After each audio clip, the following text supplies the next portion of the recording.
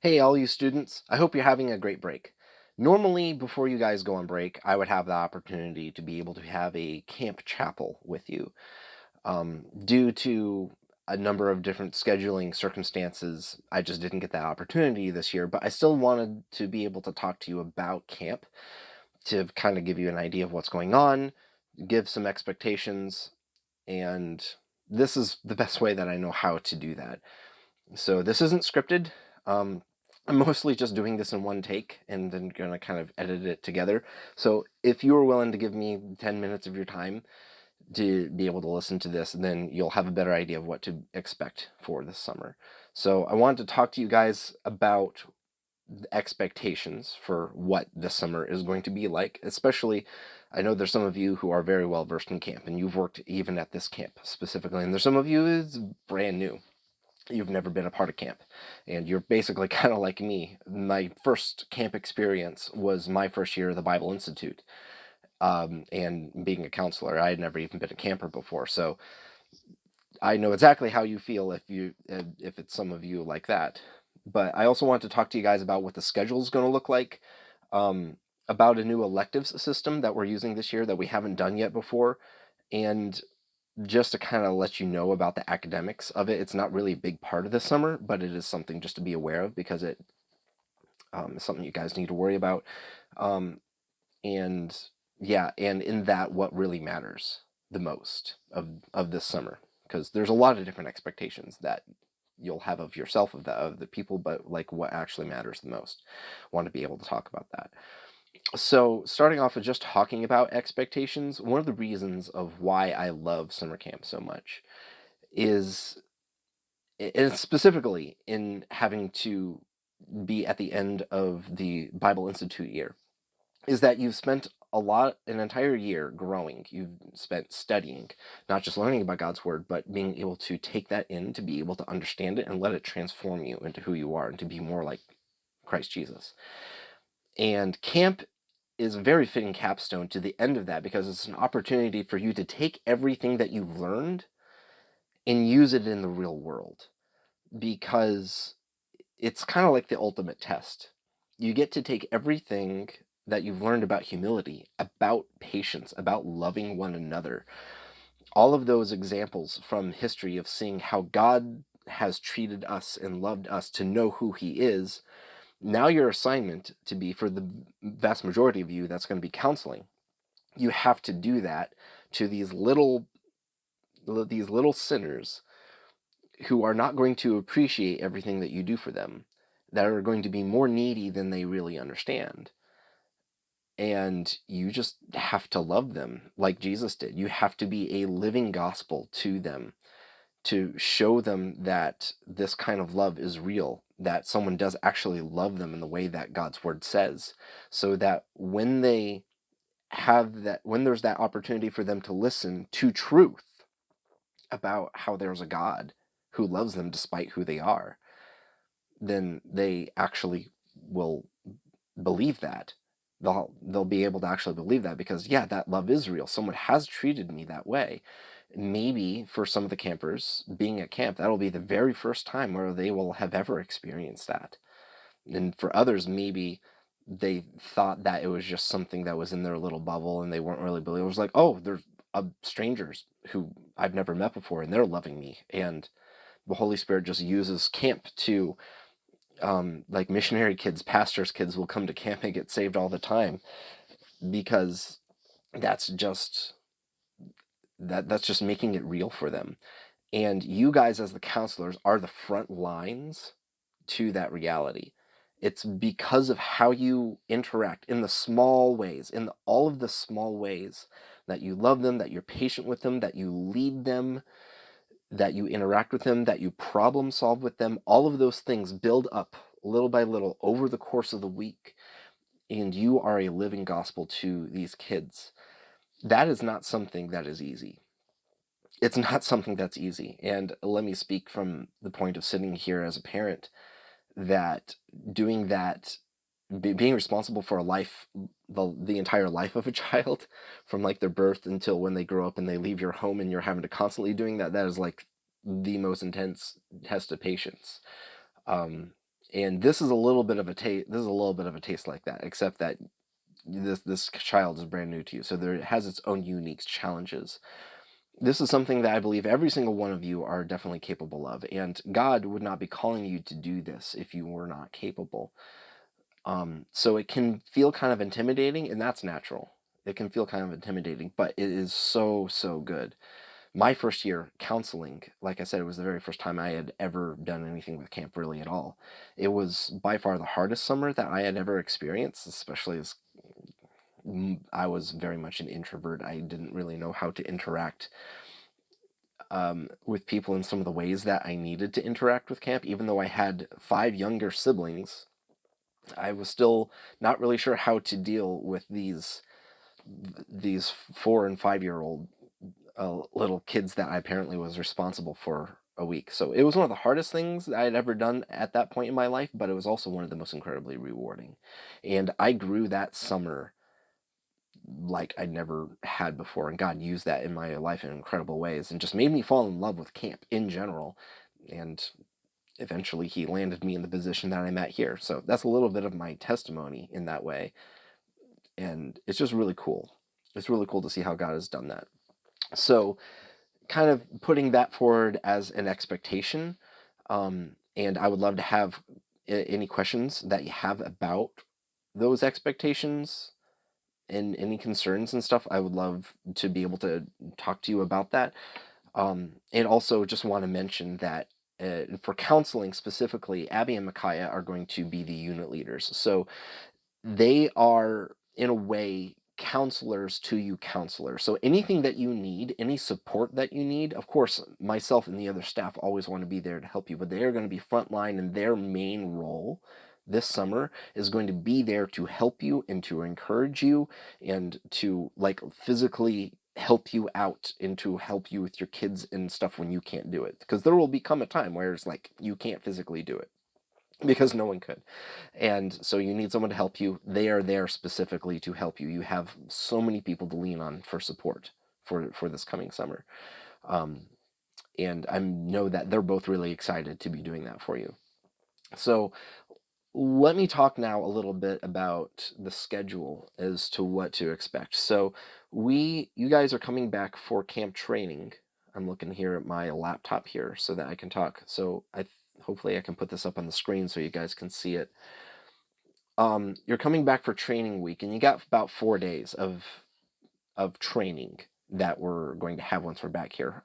I know the vast majority of you have the book, and hopefully you will have the opportunity to read that book, and that will make training week a little bit easier for you, because that's a lot of the meat of some important things to know when it comes to counseling specifically. Um, in leadership in general, but there will be a lot of other things that we need to do. So the mornings of training week is mostly going to be sitting in and listening to classes. The first 2 days we're going to have some more general stuff, and all of the service staff is going to be joining us as well. We're going to be talking about camp professionalism, the chain of command, cleanliness, health and safety. We're going to have someone from Graybruce Family Services come in and talk to us about duty to report, and all of those things are going to be important. And the last 2 days are going to be intensive counselor training. And that is those of you who are going to be counselors and also some volunteers that we have coming in to be counselors as well are going to be sitting in on that training. And we're going to be going through a training course that I built based off of the book that you guys have. And that'll be time for us to talk about the important bits, to be able to have some Q&A and to talk through maybe some real life scenarios, so that, Lord willing, by the end of that you'll feel confident of at least having the head knowledge of what you need to do and know how to ask the right questions of those over you when you get into the various situations when you find yourself when you're counseling. Um, and Bethany, I know that you're not counseling, and you probably won't be sitting in on those particular classes. So we can have a conversation about what it'll look like in academics for you. But just know that you're not forgotten, but you're just kind of the exception because all the other students are counselors. The afternoons are going to look a little are going to be different. So that is where there is going to be work area training and camp preparation is between lunch and dinner. So all of the service staff is going to have their various things that they're going to do. Us as counseling staff, what you guys can expect to do is, um, one, there are devos that you guys are going to be leading with your campers in the evening, specifically on the 2 overnight weekends. Now, in contrast to previous years, you guys aren't going to be writing your devos from scratch. You, if you have devos written that you want to use, they're more than welcome to do them, but I'm not going to require you to write full new devos. In fact, I have a nifty little resource that is a planning and a guidebook that has essentially a 1 week curriculum for how to run devos for your campers, so you don't have to do it all from scratch. And that is something that you'll want to take an hour, maybe two, sometime during the week, going over, looking at that, kind of being prepared for leading a discussion-based devotional with your campers. And it's evangelistic in nature to lead through the different aspects of who God is and the gospel throughout the week. Um, but a but the majority of the time of what we're going to be doing, program preparation, because this is something different than what we've done before. We're changing the structure of how we're doing program from the previous time, and kind of similar how it was even during recharge, where we had a program team. We're not going to have a program team this summer, and it's actually all of our counseling staff are leading our program as well. Now, might get various different reactions from that. Some of you might feel really excited because, yes, you really wanted to be program, and others of you are like, what does that mean? And that's actually going to be really cool. It's actually going to be really cool. One of the things that I wanted to be able to see was you guys being able to interact with your campers and other campers in such a way that in leading them, you are showing them another aspect of the gospel, because they can see you leading and problem solving in these various activities, not just standing still, just talking about God's word, but you're doing life, you're doing other things, you're doing things that are interesting, that are fun, even educational, and they get to see how you do that. And so we have this new electives system. And so in the morning, there are going to be 2 hours of electives. And you guys are going to be the ones who are going to be leading that. And getting ready to lead that is what you're going to be doing in the afternoons. So the different electives that we have, at least that we have pinned down for Teen Week right now, is paintball, athletics, which is various sports of different kinds, arts and crafts, low ropes, and wilderness adventure training. So we'll be divvying up and deciding who is going to be responsible for being able to lead those different kinds of activities. If you don't know how to do any of those, then and you need to learn how to do some of that, that's okay. Then it's opportunity for us to learn, and I'm going to be helping you guys walk through that. But getting ready to lead those different electives during training week, so that when we go in, you'll actually be familiar and you'll know exactly what you're going to do. And it's going to be a lot of fun. It's going to be a lot of fun. This is this isn't something that we made up on our own. This is a system that has been tried and true, that has worked in other camps, that we have adjusted to work for our camp specifically, and it's going to be a pretty cool thing. So that is what is going to be happening during camps in the morning, in between Bible hour and lunch, is that those electives are going to be going on, and you guys are going to be able to practice and be getting ready for those during the afternoons. In the evenings during training week, they're including the day that you guys arrive, there's going to be two main things going on. A few of the days there's going to be praise team practice and kids action team, the guys who are doing the motions for kids camp. You'll be able to have chances to do practices for that, so that you can do that together, feel confident, and that you're going to be doing well. And then also we're going to have program practice of some of the big camp-wide games. So we have oh, Laura likes to call it carp on a tarp, but these slippery tarp games that we're gonna do, something called Gold Rush, Slingshot, Teamwork Totem, and Woodford's Most Wanted are the games that we have right now planned to practice, and they're going to be a lot of fun. Woodford's Most Wanted, you guys may be familiar with Counselor Hunt, which is basically hide and seek with counselors. So it's that, but it's even more fun because you guys get to dress up and there's a little bit of theatrics, and you get specific points for catching the most wanted counselor because they did some very bad crime, like they chewed gum at camp. It's one of those rules you don't break, but they did it, and so they're part of Woodford's most wanted, and you have to go catch them. Or so those are some of the games that we're going to be playing, either as team activities in the early afternoon, or they're going to be evening games that we're doing. And I think we're also going to be trying to figure out the best time to practice Moonlight Survival, which is a game we play down in the gorge that many of us are not terribly familiar with, but some of us are. But that is what's going to be happening in the evenings during training week. So then after training week, we got 4 weeks of camp. The first week is going to be teen week.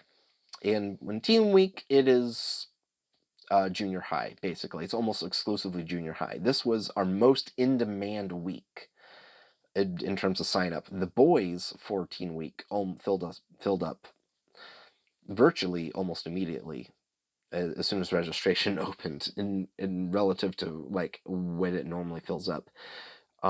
So it's going to be full, and we have lots of people that are very excited, and paintball is something that the majority of the people of the camp are actually signed up for. And that's pretty cool. So we're actually going to be running paintball, multiple sessions of paintball throughout the week, and that is something that's going to be happening during the elective times in the morning, just to be able to have the opportunity for everyone that wants to play paintball gets to play paintball. So the way that the schedule is going to work, I'm going to encourage everyone to start waking up around 7 in the morning, and we're going to say that there's a dedicated time where you guys are going to be doing quiet time and helping your kids do quiet time in the morning before breakfast from 7:40 to 8 o'clock in the morning. We'll have breakfast at 8 o'clock to 8:30, and something that we're doing also different from those of you who are familiar with how we've done camp before, we're changing how we're doing meals to a family style now. So instead of you guys walking through the line with your campers, when you come, the food is going to be on the table, and you guys are going to be helping serve the food that's already on the table to your campers at the table. And that is going to allow us to run meals quicker and allow for you to just have more time of being at the table and having conversation with your kids rather than having to deal with the logistics of walking through a line. So that's something that you can be expecting as well. Then after that, there's going to be a cabin cleanup time. You guys will have opportunities to earn points for your cabin based on how clean your cabin is. Then you get Bible hour after that. After Bible hour is two slots of electives. We'll talk a little bit more about how that works during training week, but you get 2 hours of electives there. After that comes lunchtime. And then after that is going to be a restful time. Now, it's actually called rest time during kids camp, but because we don't want to demand that these teenagers take naps, we're just calling it cabin time. And so this is a time where it's a little bit more low-key. You're going to go back to your cabin, and depending upon the group that you have, maybe some of them want to just kind of sit and relax for a bit, or maybe you need to want to play a game with them or something like that. That's something we'll talk about during training week. But after that is done, that is when we are going to be doing our team activity, where we're doing things like the Gold Rush, the Slippery Tarp games, the color war that we love to do with all of those powders. And after the team activity is done, then we are going into the afternoon free time. And with free time being open, and that's when the pool is going to be open. That's when we're going to be able to run some various tournaments, especially during teen week. And now, not all of the different things are necessarily going to be open during free time. Like archery is not going to be open during free time. Only certain crafts will be available. It's mostly the things that don't need to have a lot of leadership and lead, so that you're with your cabin, you can do whatever your cabin wants, and it's generally things that you can all just do together as a cabin and enjoy. And again, we'll talk more about specifics of what the stuff looks like, and I can answer your questions when we actually get to training week itself. So then after free time is done, starting about 5 o'clock, we have a cabin time that you guys will have. And that is a time where you can kind of get washed up from whatever you're doing to get ready for dinner. But also there is a costume thing that we like to do during the dinner where if you can dress up to a theme and you can come to dinner dressed up in a certain way according to whatever the theme is of that day, that's another opportunity for you to earn points for your cabin, which is a fun tradition that we have. We have dinner after that, and then comes the evening, and that is going to look completely different depending upon what day depending upon what day it is. So there's an introductory meeting on Sunday. We have our gospel meeting on Monday. The Vibrant team is going to be running bubble soccer on Tuesday.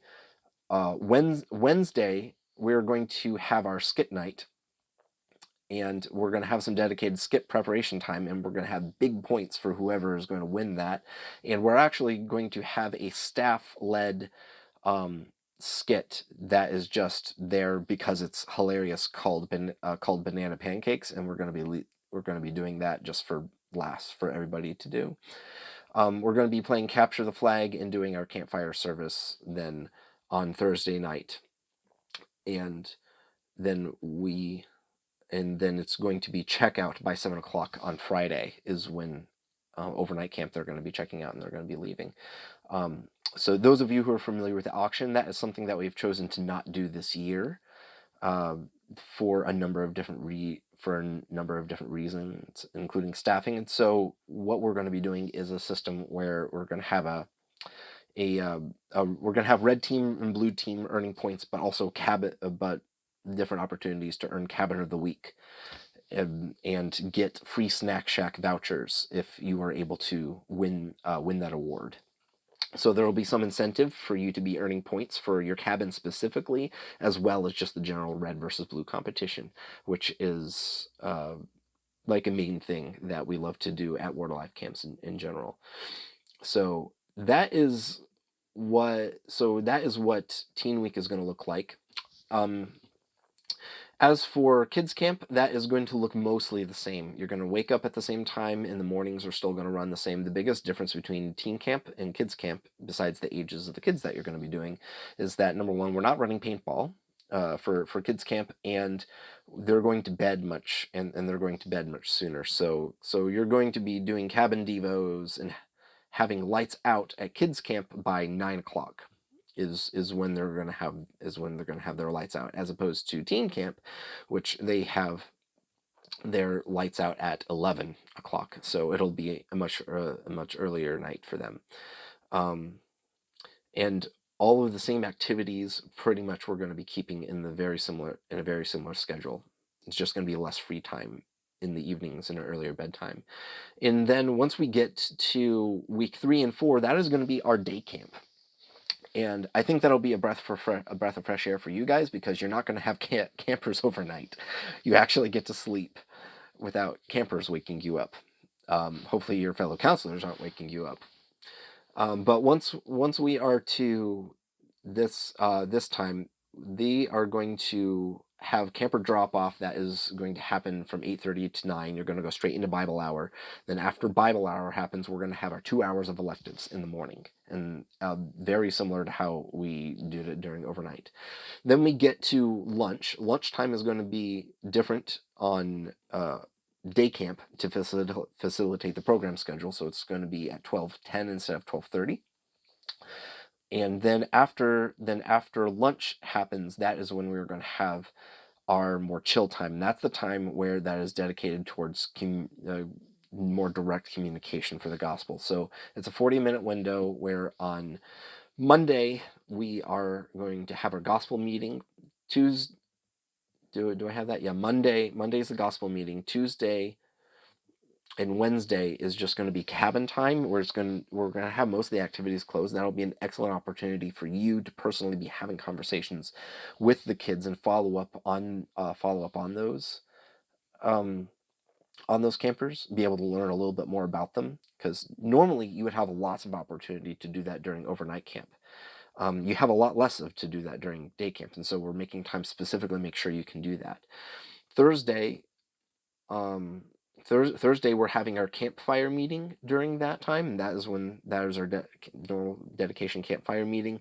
And then Friday, which is our last day during that time, that is when we're going to be introducing them to quiet time, because that was something that we were doing every single day in last year during day camp, but we're just doing quiet time, not assuming that these kids are saved and ready to do that, but we're making sure that we're introducing them to quiet time. If maybe they got saved this week, or maybe they have grown this week and they feel that it's actually important, we introduce them, we lead them through doing quiet time and give you a full 40 minutes to do that on Friday specifically. After that time slot, that 40-minute time slot after lunch, then comes we do the team activity, and we try to keep it a little bit more compact for time's sake, and then we end with free time, and free time will be from about 2:15 in the afternoon up until 4, and that's what we'll end up at. And about 4 o'clock we'll wrap things up, clean them up, and have them ready to leave property by 4:15 in the afternoon. And that is what day camp is going to look like, and week 3 and week 4 are going to be basically identical for that. So you guys will have dinner at 5:30, and then there are some various evening activities that our service staff.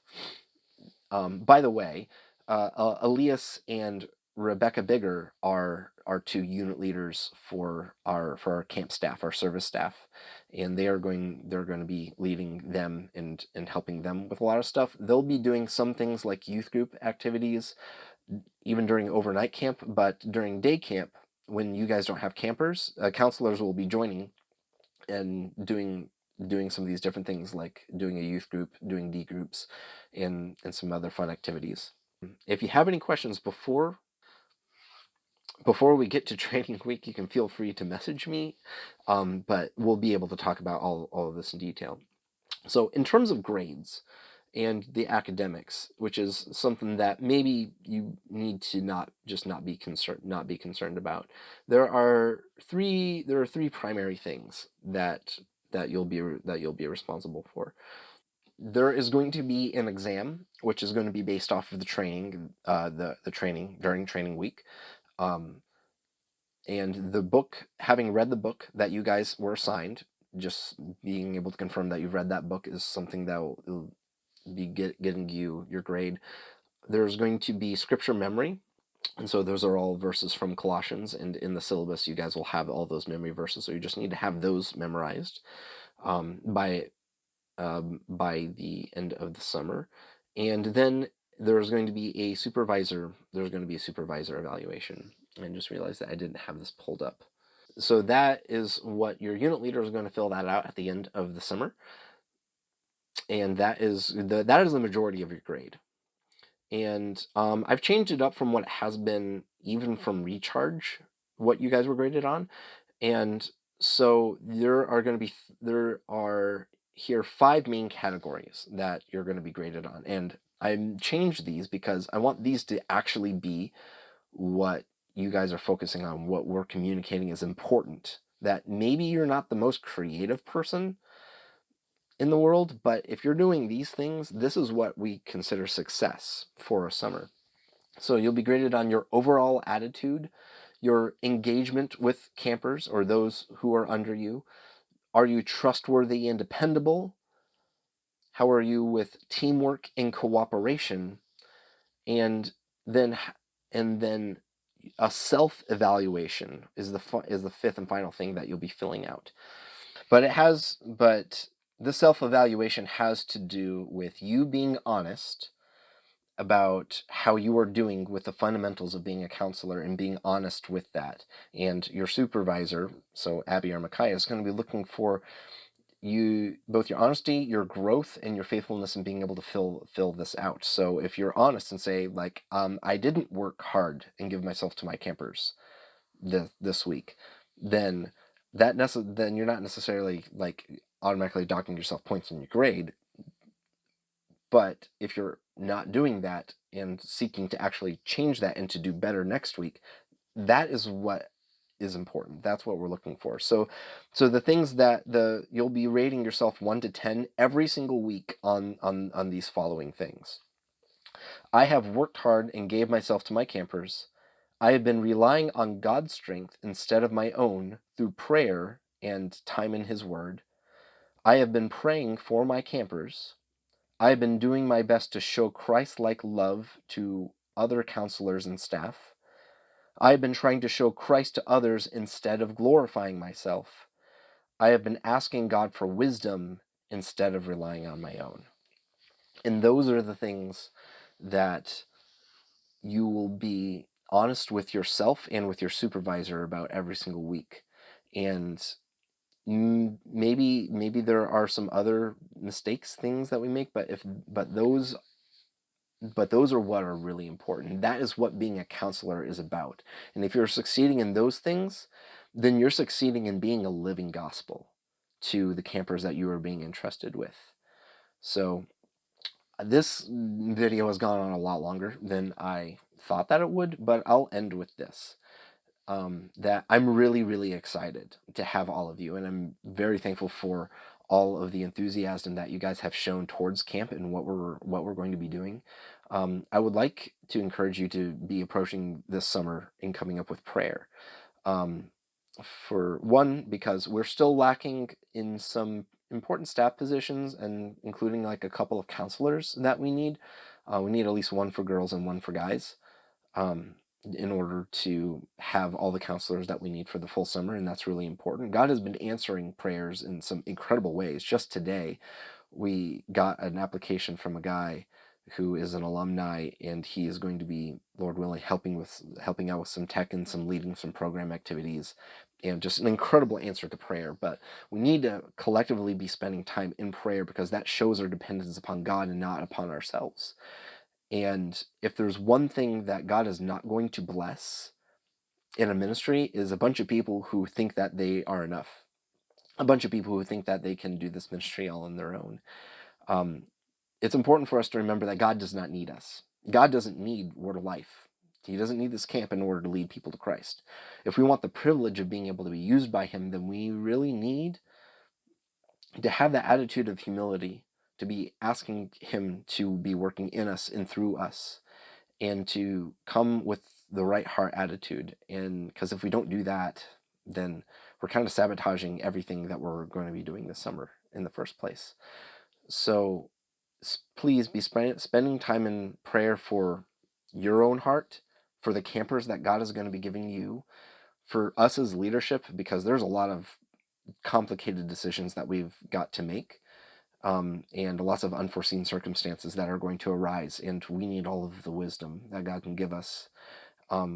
So spending that time in prayer really makes a meaningful material difference in what the summer is going to look like. And I want to encourage you guys to spend that time in prayer and to be ready, to have your hearts ready when you actually come this summer. And I think it'll make a very big difference in what the summer is going to look like. So again, I'm really excited to spend this time with all of you guys and to be able to lead you through this and to see what God is going to do with us. So to Him who is able to do exceedingly abundantly above all that we could ask or think. I'm wanting to ask big things of God this summer, and to see what He's going to do through us, not to our own glory, not to our reputation, but to His. So hope that you guys will join with me in lifting that up before Him ahead of time.